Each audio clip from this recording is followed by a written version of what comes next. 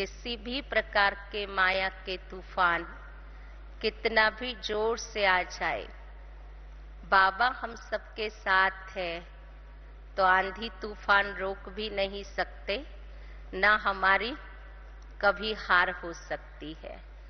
तो हमें ये निश्चय और नशा रखना है। हमारा साथी कौन है? स्वयं भगवान बाबा है। ओम शांति। यह गीत है बच्चों के लिए। जिसका साथी सर्वशक्तिमान परम पिता परमात्मा है, उनको माया की आंधी व तूफान क्या कर सकता है? वह आंधी नहीं, माया के तूफान आत्मा की ज्योति को बुझा देते हैं। इसीलिए दूसरा भी गीत बाबा कभी मुरली में सुनाते हैं। ये कहानी है दिए और तूफान की। कितने भी तूफान आए, आखिर तूफान को ही झटक पटक करके वापस जाना पड़ा। आत्मा रूपी दीपक जो है उसकी विजय हुई, क्योंकि बाबा साथ है। अब जगाने वाला साथी मिला है, तो माया क्या कर सकती है? नाम ही रखा जाता है। हम माया पर विजय प्राप्त करने वाली आत्माएं हैं। तो बाबा ने क्या नाम रखा है? नाम ही रखा जाता है महावीर। माया रावण पर विजय पाने वाले। कैसे विजय पानी है? सो तो बच्चे सामने बैठे हैं, बाप दादा बैठे हैं। दादे और बाप को पिता और पितामह कहते हैं। तो हो गए बाप दादा।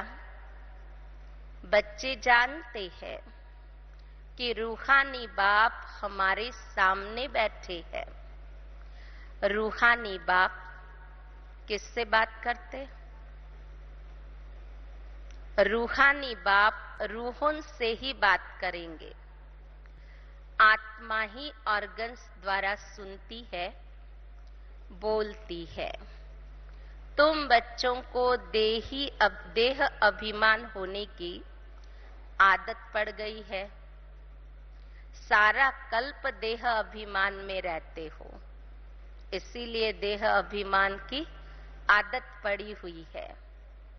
एक शरीर छोड़ दूसरा शरीर लिया।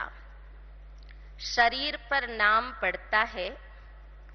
कोई कहेगा मैं परमानंद हूं, कोई कहेगा मैं आत्मानंद हूं।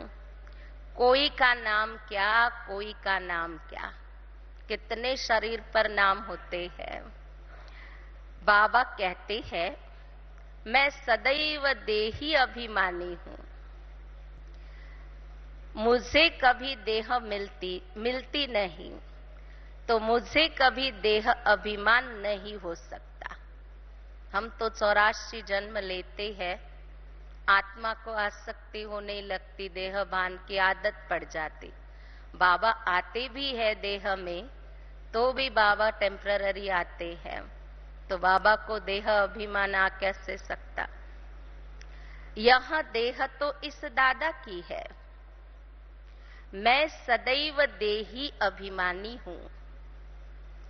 तुम बच्चों को भी बाप समान बनाना चाहता हूं, क्योंकि अब तुमको मेरे पास आना है। इसीलिए बाबा समान बनना है, देही अभिमानी बनना है। बाबा कहती है देह अभिमान छोड़ना है, टाइम लगता है। बहुत समय से देह अभिमान में रहने का अभ्यास पड़ा हुआ है। इसीलिए आत्म अभिमानी बनने के लिए बाबा रोज शिक्षाएं देते हैं। टाइम लगता है। अभी बाप कहते इस देह को भी छोड़ो, मेरे समान बनो। क्यों? क्यों बाबा समान बनना? बाबा कहते हैं क्योंकि तुमको मेरा गेस्ट बनना है। जिसके पास जाना होता उसके जैसा ही तो बनकर जाएंगे ना। तो बाबा कहते तुम बच्चे क्या बनने वाले? मेरे गेस्ट बनते हो, इसीलिए बाबा समान बनकर जाना है, मेरे पास वापिस आना है। इसीलिए कहता हूं कि पहले अपने को आत्मा निश्चय करो। यहां मैं आत्माओं से ही बोलता हूं। पूरी देही अभिमानी स्थिति, आत्मा आत्मा और मैं आत्मा हूं, इसी स्मृति से हम मुरली सुनेंगे। तो बाबा कहती है मैं आत्माओं से ही बोलता हूं। तुम बाप को याद करो तो वह दृष्टि खत्म हो जाए। देह भान आता, दैहिक दृष्टि बन जाती, वो दृष्टि खत्म हो जाए। बाबा कहते मेहनत है इसमें। हम आत्माओं की सर्विस कर रहे हैं। आत्मा सुनती है ऑर्गन्स द्वारा। मैं आत्मा तुमको बाबा का संदेश दे रही हूं। आत्मा न तो अपने को मेल न फीमेल कहेगी। मेल फीमेल शरीर से नाम पड़ता है, वह तो है ही परम आत्मा। बाप कहती है हे आत्माएं सुनती हो? पूछते हैं बाबा, फिर आत्मा अभिमानी स्थिति में स्थित कराते हैं, हे आत्माएं सुनती हो? तो हम बच्चे क्या कहते? जी बाबा। आत्मा कहती है हाँ सुनती हूं। तुम अपने बाप को जानते हो, वह सभी आत्माओं का बाप है। जैसे तुम आत्मा हो वैसे मैं तुम्हारा बाप हूं। जिसको परम पिता परमात्मा कहा जाता है, उनको अपना शरीर नहीं है। ब्रह्मा विष्णु शंकर को अपना आकार है। आत्मा को आत्मा ही कहेंगे। बाबा कहते मेरा नाम क्या है? क्या है बाबा का नाम? मेरा नाम तो शिव है। शरीर पर तो बहुत नाम पड़ते हैं, मैं शरीर नहीं लेता हूं, इसीलिए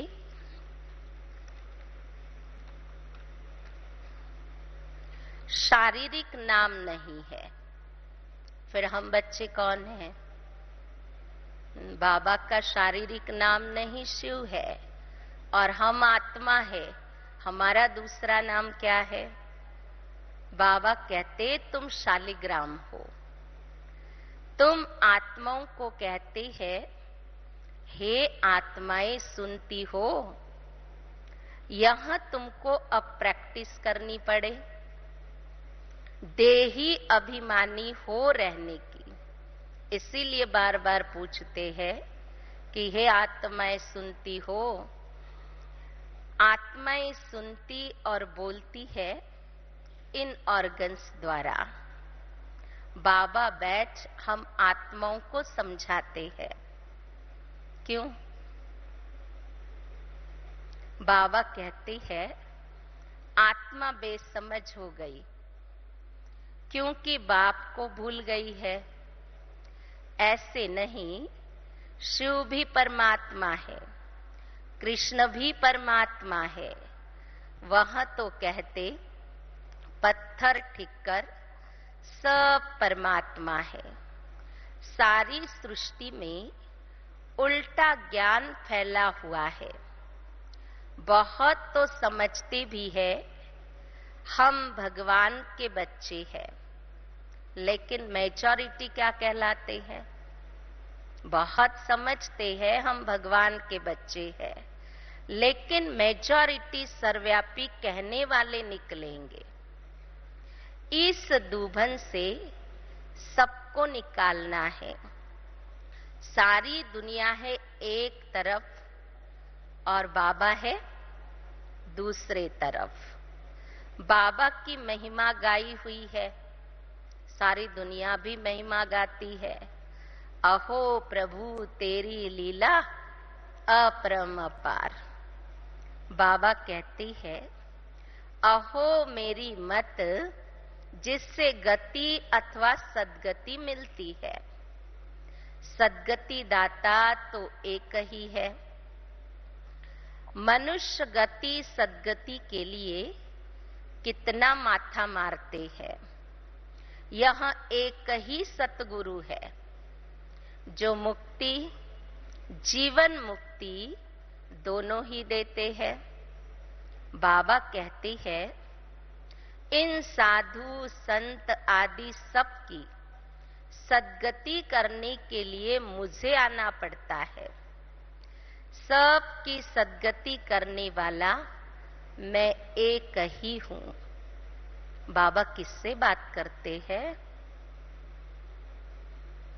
फिर से बाबा हमें आत्मिक स्मृति दिलाते। आत्माओं से बात करता हूं। मैं तुम्हारा बाप हूं और कोई यह कह न सके। तुम सभी आत्माएं मेरी संतान हो।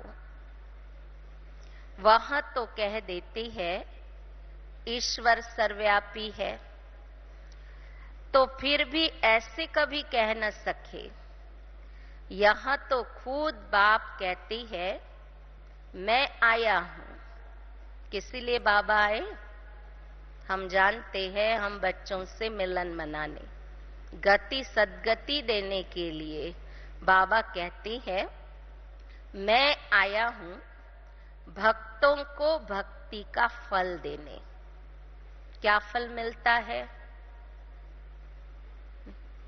बाबा कहती है, गायन भी है, भक्तों का रखवाला भगवान एक है। सभी भक्त है तो जरूर भगवान अलग चीज है। भक्त ही अगर भगवान हो तो उन्हें भगवान को याद करने की दरकार नहीं। सर्वव्यापी की बात खत्म हो जाती। अपनी अपनी भाषा में परमात्मा को कोई क्या कहते, कोई क्या, लेकिन यथार्थ नाम क्या है? चाहे गॉड कहे, ईश्वर कहे, अल्लाह कहे, प्रभु कहे, भगवान कहे, भिन्न भिन्न नाम है, परंतु बाबा का असली नाम क्या है? ड्रामा प्लान अनुसार शिव ही है। कोई किसकी ग्लानि करते हैं व डिफेम करते हैं तो उन पर केस करते हैं। बाबा कहती है, परंतु यह है ड्रामा, इसमें कोई भी बात नहीं चल सकती। अब बाबा किस पर केस करे? सारी दुनिया ही कहती है भगवान सर्वव्यापी है, बाबा तो रहम दिल कल्याणकारी है।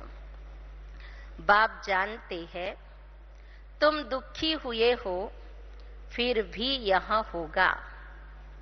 गीता शास्त्र आदि फिर भी वही निकलेंगे, परंतु सिर्फ गीता आदि पढ़ने से तो कोई समझ न सके।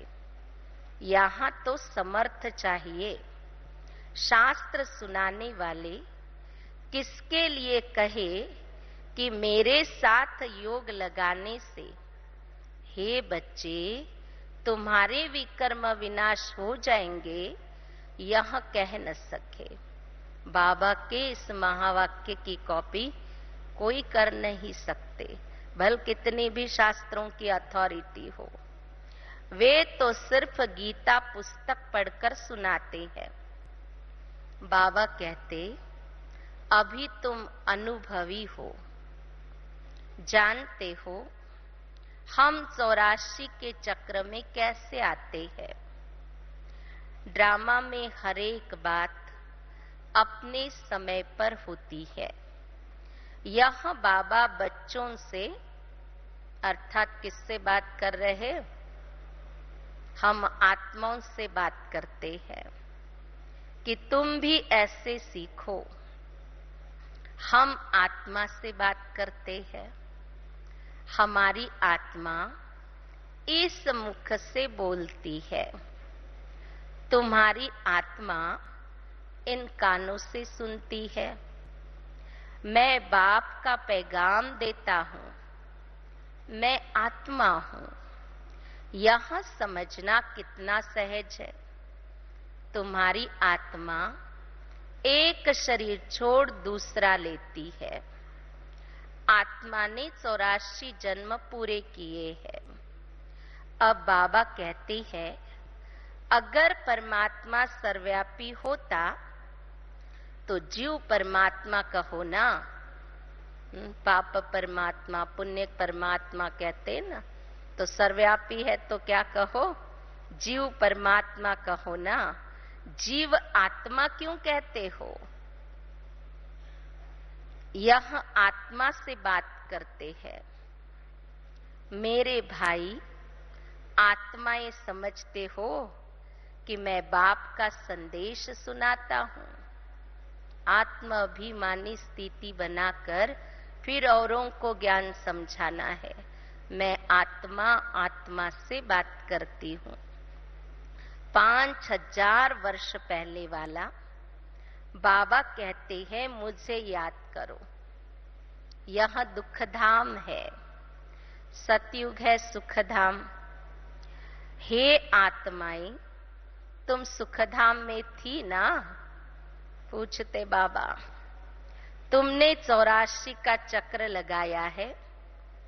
सतो प्रधान से सतो, रजो तमो में जरूर आना है। अब फिर चलो वापिस। कहां चलेंगे? परम धाम घर। और कहां चलना है? बाबा कहते हैं, अब फिर चलो वापिस श्री कृष्णपुरी में। चलकर क्या बनना चाहते हो? श्री कृष्णपुरी में तो हम सब जाएंगे। बाबा पूछते, क्या बनना चाहते हो? महाराजा महारानी बनेंगे व दास दासी? क्या बनना चाहते? हम अपने आप से पूछे। महाराजा महारानी बनेंगे? ऐसे ऐसे आत्माओं से बात करनी चाहिए। उमंग आना चाहिए ना। उमंग होना चाहिए। ऐसे नहीं कि मैं परमात्मा हूं।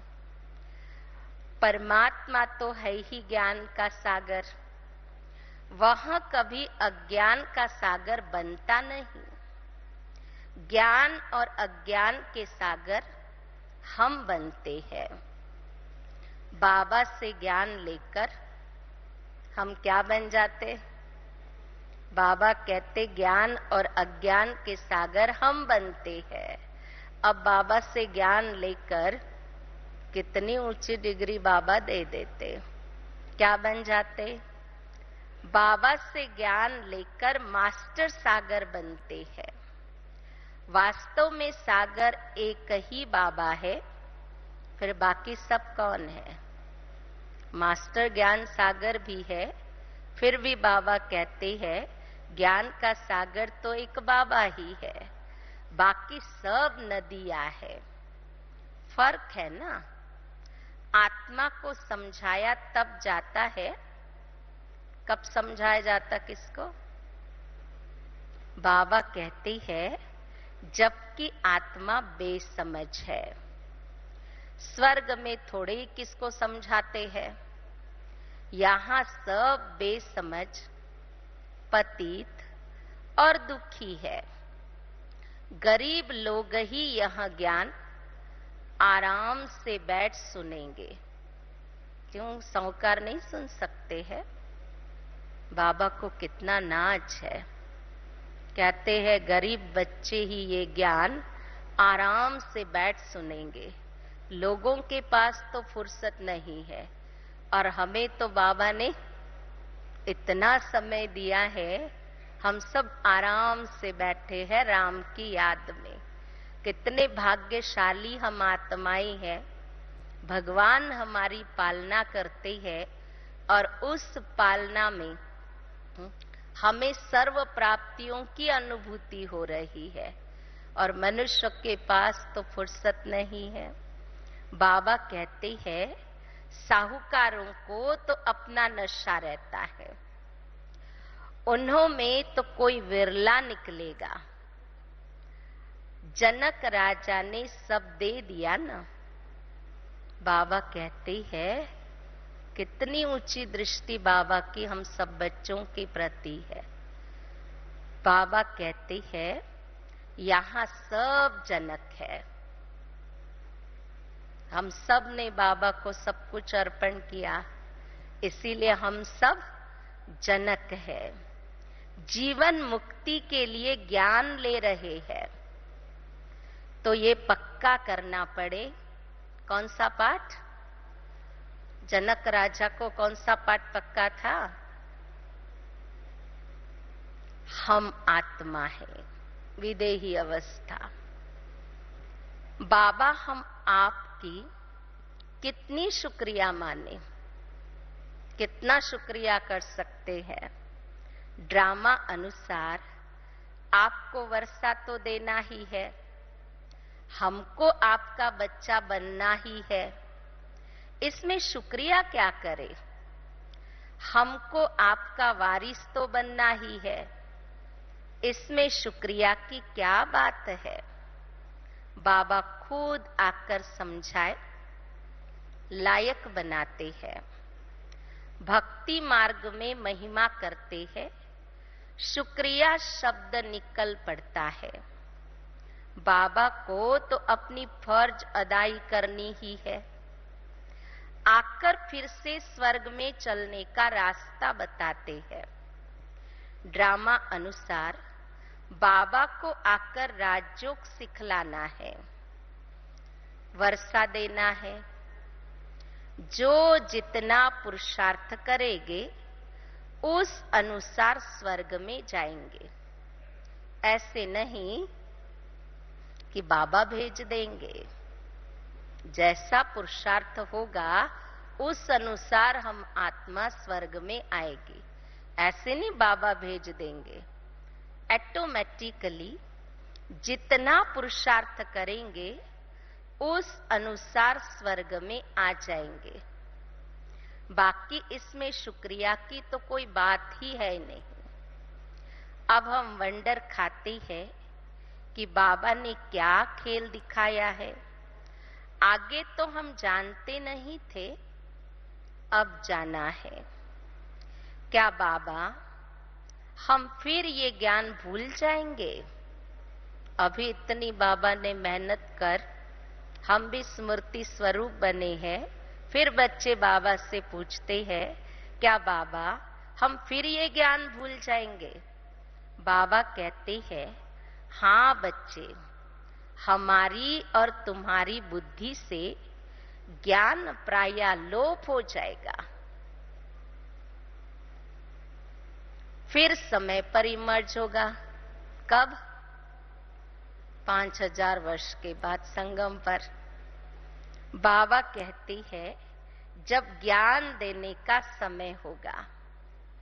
अभी तो हम निर्वाण धाम चले जाएंगे, फिर कब आएंगे बाबा? बाबा कहते हैं फिर भक्ति मार्ग में मैं पार्ट बजाता हूं। आत्मा में ऑटोमेटिकली वो संस्कार आ जाते हैं। मैं कल्प के बाद भी इस ही शरीर में आऊंगा, ये बुद्धि में रहता है। परंतु फिर भी तुमको तो देही अभिमानी रहना है, नहीं तो देह अभिमानी बन पड़ते हैं। मुख्य बात तो यहां है। बाप और वर्षे को याद करो। कल्प कल्प तुम वर्षा पाते हो पुरुषार्थ अनुसार। कितना सहज कर समझाते हैं। बाकी इस मंजिल पर चलने में गुप्त मेहनत है।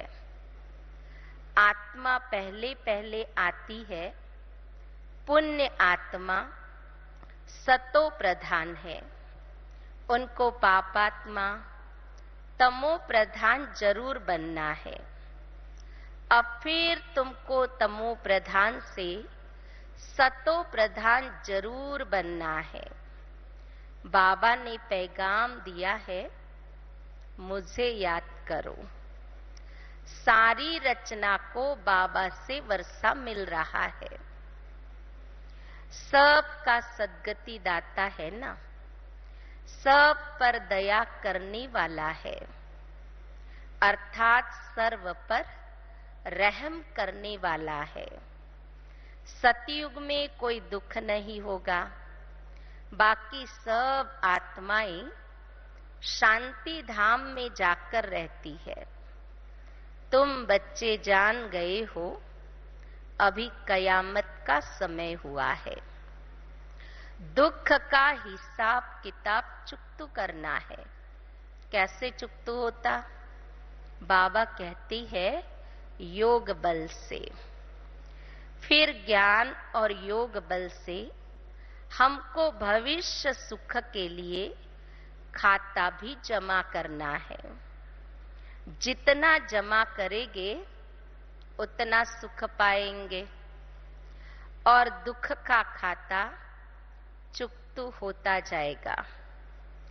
अभी हम कल्प के संगम पर आकर दुख का चोपड़ा चुकतू करते हैं और दूसरी तरफ जमा करते हैं।